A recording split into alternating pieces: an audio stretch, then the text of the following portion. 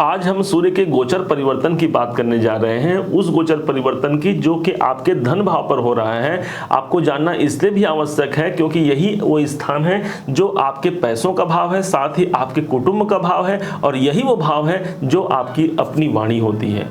ध्यान रखिएगा, सूर्य वो ग्रह हो जाते हैं जो कि सौर मंडल में सबसे ज्यादा जिनके पास गुरुत्वाकर्षण की क्षमता है, यही है भगवान सूर्य। और इन्हीं का गोचर परिवर्तन दक्षिणायन होने के पश्चात पहली बार ये 17 जुलाई 2023 को आपके ठीक द्वितीय भाव पर गोचर कर जाएंगे। आपके लग्न को छोड़ देंगे, मिथुन राशि को छोड़ देंगे और ठीक आपके धन भाव पर गोचर करेंगे।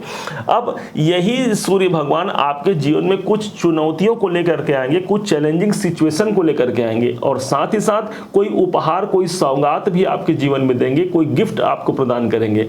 क्या चुनौतियां होंगी और क्या सौगात होंगे, इन्हीं बात को हम समझने का प्रयास करेंगे। आप हमारे साथ बने रहें। आप ठीक देखेंगे कि 17 जुलाई 2023 का वो डेट होगा जब ये यहाँ पर प्रवेश करेंगे।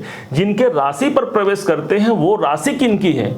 वो राशि है चंद्रमा की राशि, और चंद्रमा की ये राशि कर्क राशि जल तत्व की राशि है। और सूर्य भगवान कौन हो गए? सूर्य भगवान हो गए हैं अग्नि तत्व के ग्रह माने गए हैं भगवान सूर्य को। अब एक आग जब पानी पर चला जाए तो क्या होगा? वो आग बुझ जाएगा। अर्थात जिस भाव के ये स्वामी हैं, आपके तीसरे भाव के स्वामी हैं, इस भाव के कहीं ना कहीं हमको नकारात्मक परिणाम देखने को मिल सकते हैं, या यूं मानिए इस भाव को लेकर के हमें कुछ शांति व्याप्त हो जाएगी, या यूं भी मानिए कि इनके बोझ हमारे ऊपर कायम हो जाएंगे। अब प्रॉफिट भी क्या देंगे? तो ये सूर्य भगवान यहाँ पर प्रॉफिट देंगे, इसकी चर्चा हम करेंगे। पहले इनके नकारात्मक प्रभाव को आपको समझना चाहिए। इस प्रभाव को आपको इसलिए भी समझना चाहिए, मान लीजिए बारिश होने वाला है और आप छतरी लेकर के घर से बाहर नहीं निकल पा रहे हैं, परंतु आपको यदि मौसम विभाग से ये जानकारी मिल जाए कि भाई बाहर बारिश हो रही है, तो आप निकलने से पहले एक छतरी ले लेंगे और उसे ओढ़ करके जब जाते हैं तो आपको बारिश का सामना नहीं करना पड़ता है। इसी प्रकार से आपके जीवन में जो चैलेंजिंग सिचुएशन बनने वाले हैं इस 1 महीने के दौरान, उसे आपको जानना जरूरी है। समझते हैं? तो जब ये आग पानी में गिर जाए, इस बात को आपने समझा। सूर्य अब जिस भाव के स्वामी हैं, कहां के स्वामी हैं? आपके तीसरे भाव के स्वामी अपने से 12वें चले गए हैं। ज्योतिष का एक सरल सा सूत्र है, आपको शायद याद होगा कि कोई ग्रह जब अपने भाव से द्वादश भाव पर चले जाता है, अर्थात वो दूरी को प्राप्त होता है।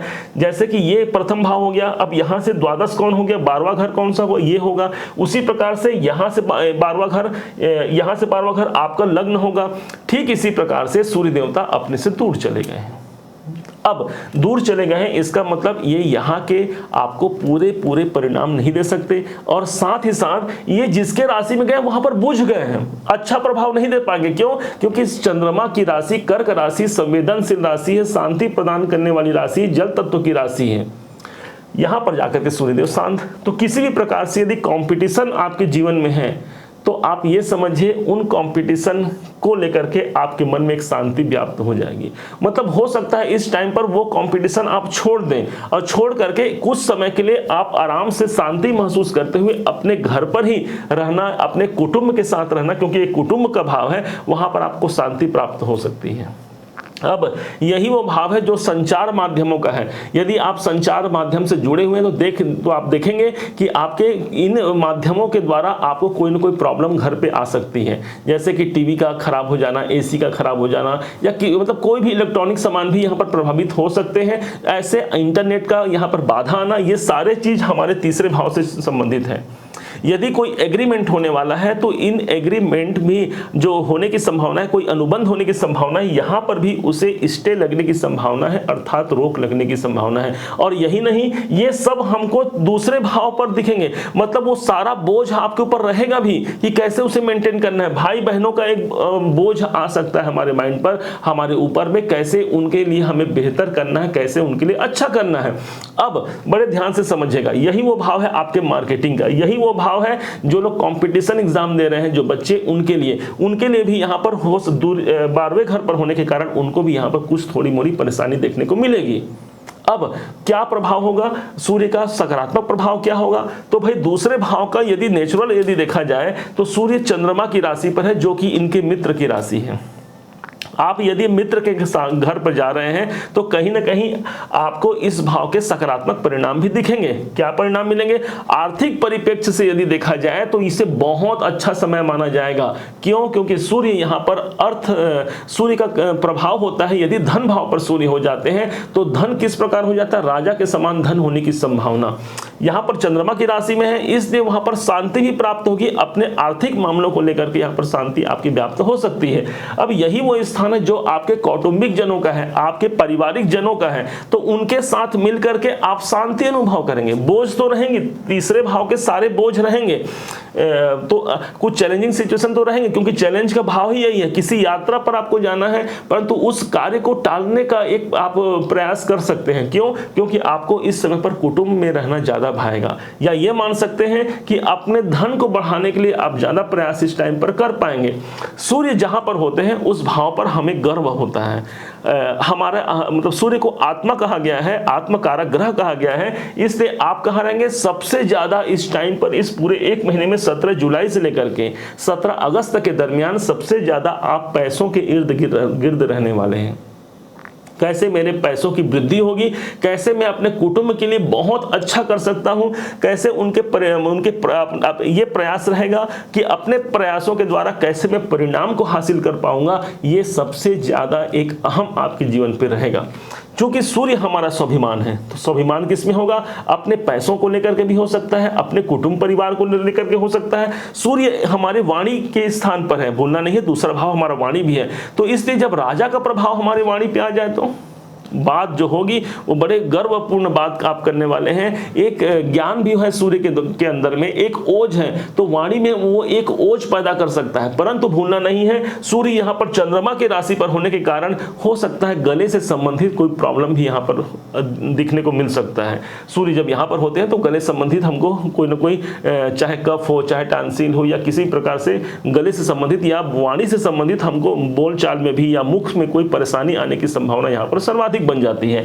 अब इसी सूर्य के गोचर प्रभाव को कैसे हम अपने जीवन पर ज्यादा सकारात्मक ला सकते हैं और कैसे इनके शुभ प्रभाव को बढ़ा सकते हैं, इसी बात पर हम अगले बात करने वाले हैं। तो ध्यान से समझिएगा। इसके लिए सबसे ज्यादा जो उत्तम उपाय बताया गया है, आपके घर में जो पिताजी हैं वो आपके साक्षात भगवान सूर्य नारायण हैं। उनसे जितना अच्छा आप मधुर संबंध रखते हैं उतना ज्यादा आप सूर्य को सम्मान देते हैं। और सूर्य आपके धन भाव में है, आप उधर अपने पिताजी से सम्मान किए, उनका चरण छुए, उनका आशीर्वाद लिए, आपने समझा कि ये सूर्य का आशीर्वाद मिल गया। आपकी आर्थिक, आपकी कौटुंबिक और आपकी वाणी तीनों को यहां पर प्रभावित करने के लिए सूर्य बाध्य हो जाएंगे। यदि आपके पिताजी नहीं हैं तो क्या करें भाई? तो उनके समान जो व्यक्ति हैं, जो उनके बुजुर्ग हैं या उनके समान जो व्यक्ति हैं, उनका आशीर्वाद दीजिए, उनको सम्मान दीजिए। अपने आप ये सूर्य मजबूत हो जाते हैं। गवर्नमेंट जो हमारे शासन होते हैं, जो सरकार होते हैं, ये प्रत्यक्ष सूर्य होते हैं। तो इस टाइम पर उनसे मिल करके भी यदि इनकम टैक्स का माध्यम हो सकता है या किसी भी रूप में उनसे जुड़ करके उनके अनुरूप यदि आप कार्य करते हैं तो सूर्य आपके मजबूत होते हैं। दूसरा उपाय है, आपके घर में जो पूर्व दिशा की भाग का जो स्थान होता है, माना जाता है सभी ग्रहों को एक एक दिशाएं प्रदत्त हैं हमारे सौर मंडल के। उसी प्रकार से भगवान सूर्य को पूर्व की दिशा प्राप्त है। वो पूर्व की दिशा कौन सी? जहां पर सबसे ज्यादा सकारात्मक ऊर्जा हमारे घर में प्रविष्ट होती है। तो कोशिश कीजिए कि घर में जो पूर्व का भाग है वहां पर खुले स्थान हो, खिड़की हो, दरवाजे उस स्थान पर हो, जाके आप उसे खोल दें और खोल करके भगवान सूर्य की तरफ से पूर्व दिशा की हवा यदि घर में प्रवेश करती है, यदि वहां की किरणें प्रवेश करती है, तो जीवन को ज्यादा सकारात्मक यहां पर प्रदान होता है। अब यदि किसी कारण से उस भाग पर आपके खिड़की दरवाजे नहीं हैं तो क्या करें भाई? तो कोशिश करना है, एक तांबे का सूर्य भगवान ला सकते हैं। एक तांबे का सूर्य भगवान लेकर के आप अपने पूर्व दीवार में लगा दीजिए। इससे साक्षात भगवान सूर्य के आपको दर्शन होंगे और आर्टिफिशियल भगवान सूर्य की रोशनी और उनका प्रभाव आपके जीवन में बहुत ज्यादा सकारात्मक परिवर्तन ला सकता है। तीसरा उपाय आप समझने का प्रयास करेंगे तीसरा उपाय जो सबसे महत्वपूर्ण उपाय है वो है ओम का उच्चारण। भगवान ब्रह्मा जी ने जब इस सृष्टि की रचना की थी तब सर्वप्रथम उन्होंने ओम शब्द को उच्चारित किया था अपने मुख से, और उसी के साथ ही एक प्रकाश पुंज की उत्पत्ति हुई जो यही भगवान सूर्य हुए। इसलिए ओम से इनका सीधा सीधा कनेक्शन है। प्रयास कीजिए, बाकी बहुत से मंत्र हैं, अनेकों हजारों मंत्र मिल जाएंगे आपको भगवान सूर्य को प्रसन्न करने के लिए, लेकिन एकमात्र ओम का उच्चारण ही बहुत ज़्यादा सकारात्मक हमारे जीवन को परिवर्तन में ला सकता है।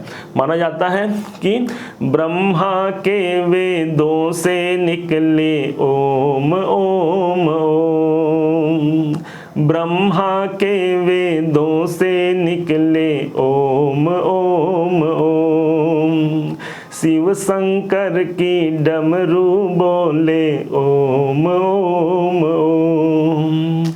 तो ये ओम शब्द बहुत प्रभावी है। आपने एक और सुना होगा, जब हम उस भगवान शंकर की आरती करते हैं तो क्या बोलते हैं, ओमकारेश्वर मध्य ये तीनों एका। मतलब ओम में भगवान ब्रह्मा, भगवान विष्णु और भगवान साक्षात सदाशिव का निवास होता है। इस प्रकार सिर्फ ओम शब्द का पूर्व दिशा की तरफ मुख करके आप उच्चारण करते हैं। 108 कीजिए, आपको जितनी आपकी संख्या आप मन पड़ दे उतना कीजिए और ध्यान पूर्वक करते हैं तो ये सूर्य का ट्रांजिट बहुत कुछ देने वाला है, क्योंकि आपके धन भाव पर ये गोचर कर रहे हैं। और यही नहीं, हमेशा करते रहिए। भगवान सूर्य की प्रसन्नता बहुत जरूरी है हमारे जीवन में, क्योंकि यही हमारे जीवन को राजा के समान बनाने में एक सामर्थ्यवान यदि कोई ग्रह है, एक भगवान सूर्य नारायण है।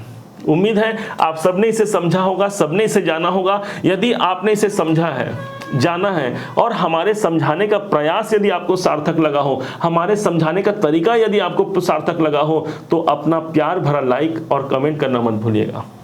आपके लाइक और कमेंट ही तो हैं जो हमें बहुत सकारात्मक हमें एक प्रेरणा प्रदान करते हैं, जिससे हम और अच्छे से अच्छा कार्य करके आपके सामने ला पाएँ।